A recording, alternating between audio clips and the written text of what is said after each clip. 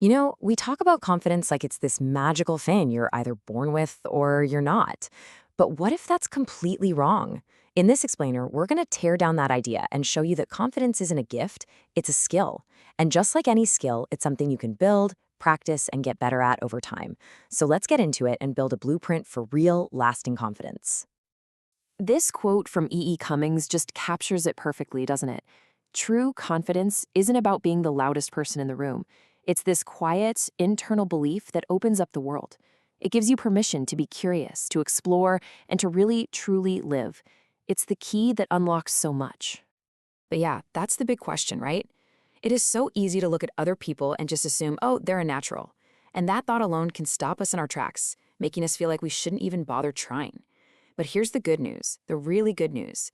You don't have to be born with it. You just have to be willing to build it.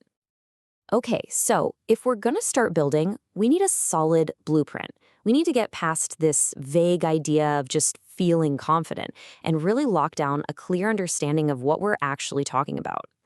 Psychology gives us a great working definition here, and I want you to notice the key parts. It's a belief in your ability, a conviction that you can handle what life throws at you, and, this is the big one, a willingness to act. See, confidence isn't just a feeling, it's an active trust in yourself that pushes you forward. Now, this is where things get really interesting because we tend to jumble all these terms together, so let's clear this up. Self-esteem is your overall sense of self-worth, kind of like, am I a good person? Self-efficacy, on the other hand, is super specific. It's your belief that you can crush a particular task, like giving a big presentation. And then there's self-confidence, our main focus. That's your broader trust in your capabilities, usually built from past experiences.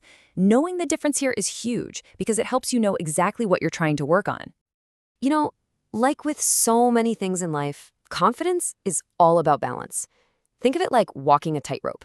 If you lean too far one way or the other, you're going to fall. Let's see what that looks like.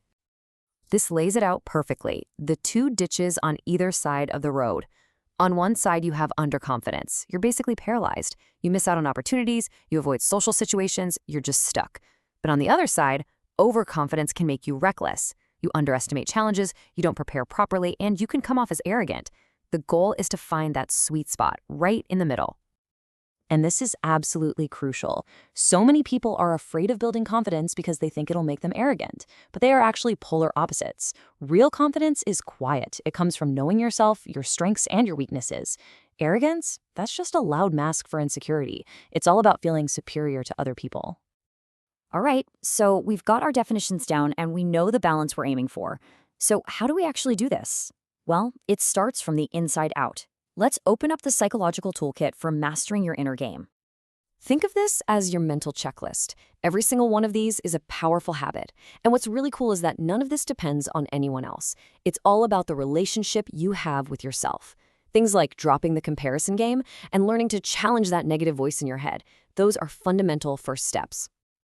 Let's really zoom in on this one because it's a game changer, reframing. This is not about lying to yourself or just thinking positive. It's about breaking a bad mental habit.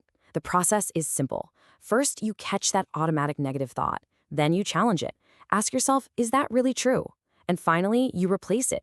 The thought, I can't handle this, becomes, all I have to do is try. It's a tiny shift that makes a world of difference. And really, holding all of this together is self-compassion. See, confidence isn't about never messing up. It's about how you treat yourself when you mess up. Being kind to yourself instead of beating yourself up is what gives you the strength to get back up and try again. It's a safety net that makes it okay to take risks. So once you start working on that inner game, you can really supercharge it with your actions.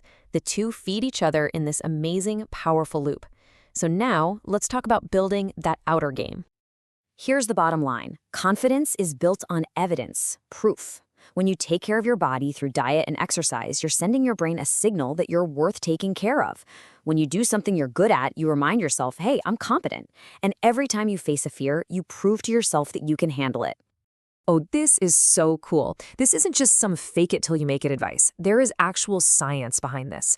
Research has shown that when you adopt a power pose, standing tall, hands on your hips, it can literally change your body chemistry. It can boost the hormones that make you feel powerful and lower the ones that make you feel stressed. Your body can actually lead your mind.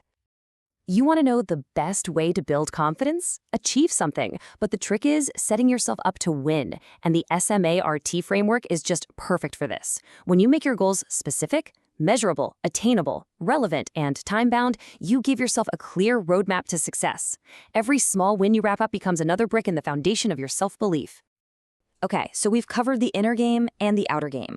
But the last and maybe the most important piece of this whole puzzle is changing how we think about confidence itself. If you take away just one thing from all of this, let it be this right here.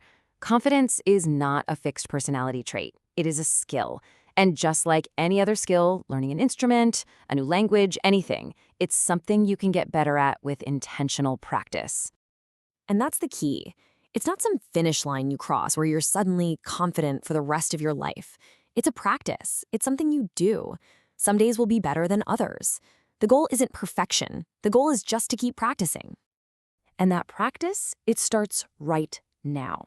Confidence is built by doing. So think about it for a second. What is one small, manageable risk you can take today? Maybe it's just speaking up one time in a meeting.